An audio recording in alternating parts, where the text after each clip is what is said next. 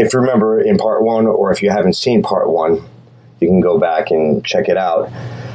This area by Second River, which is now in Bloomfield, New Jersey, a specific area, Wetsessing Creek, Simcoe and the Queens Rangers fell upon the Essex militia in Dayton and were repulsed. Here in part two, we will discuss the second time in the summer of 1780 these two warriors added to their story.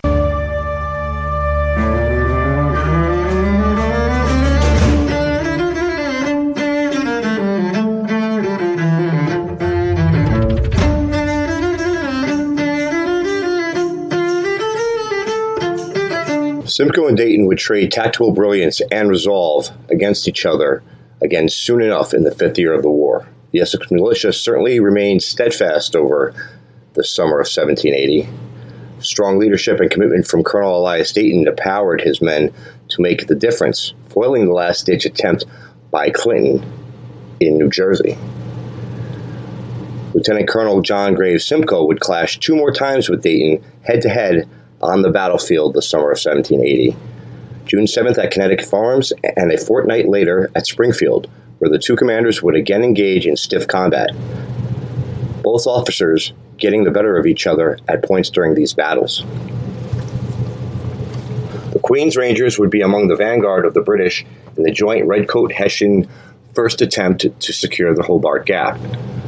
If successful, this would have opened a straight path to Morristown and the Continental Army's powder stores, effectively ending the American cause. The British were able to push Dayton and Maxwell back and enter Connecticut Farms, taking control. The Continental troops under Maxwell and the Essex militia under Dayton fell back to the first Springfield Bridge. This is where the rebels placed a cannon and made a second stand. Simcoe, leading a British assault, were again pushed back twice by Dayton's men holding the bridge. The British forces, including Simcoe, did not expect this level of resistance, and despite engaging the Continentals and militia all day, Knyphausen still had no idea how many troops the Americans actually had mustered. That said, Knyphausen and his staff believed they were facing far more than they actually were. Evaluating the stiff American resistance and realizing that his force could be enveloped if Washington's main army suddenly appeared, Knyphausen ordered a retreat back to Elizabeth Point. Not before laying waste to Connecticut Farms, destroying everything in the village, including the church, relieving it of all the goods they could find.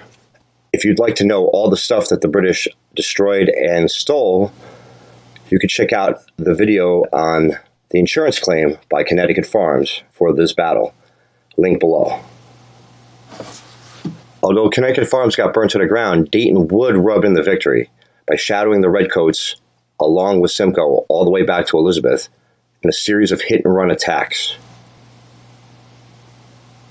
Dayton 3, Simcoe 1.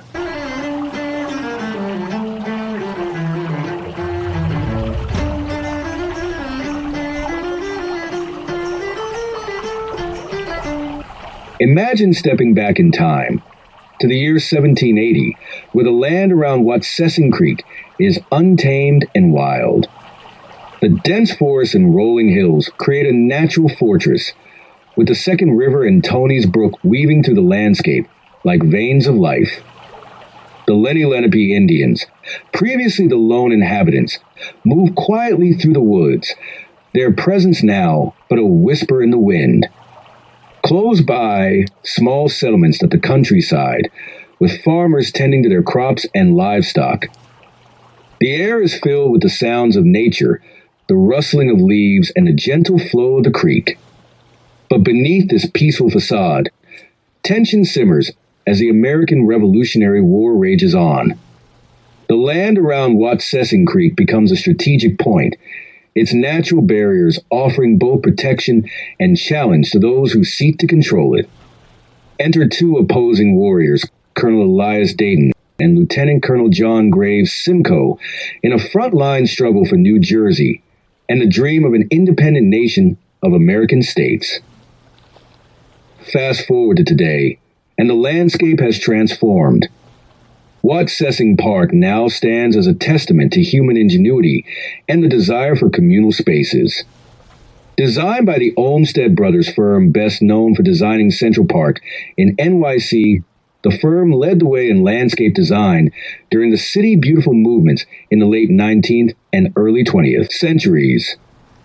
The once wild and untamed land is now a carefully designed park with manicured fields, walking paths, and recreational facilities. The Second River still flows, but now it is bordered by playgrounds and picnic areas, a place for families to gather and enjoy the outdoors. The history of the land is preserved in the names and the layout, a reminder of the past that shaped the present, including the first encounter of these soldiers at the forefront of this ultimately world conflict.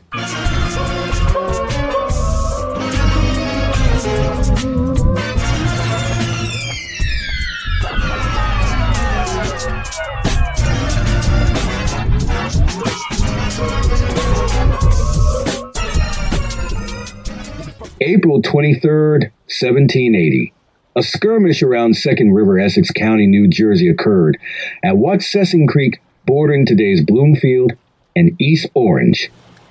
Not to be confused with the Battle of Second River. A larger engagement which spanned 3 days over September 12th through 1777. Action on the 13th spanned over the same ground as the skirmish from 1780. On that day, Colonel Philip Van Cortlandt of the 2nd Essex Regiment and Captain Abraham Spear repulsed a British incursion with 200 men, losing one Private Benjamin Salter from Morris County and killing 8 redcoats.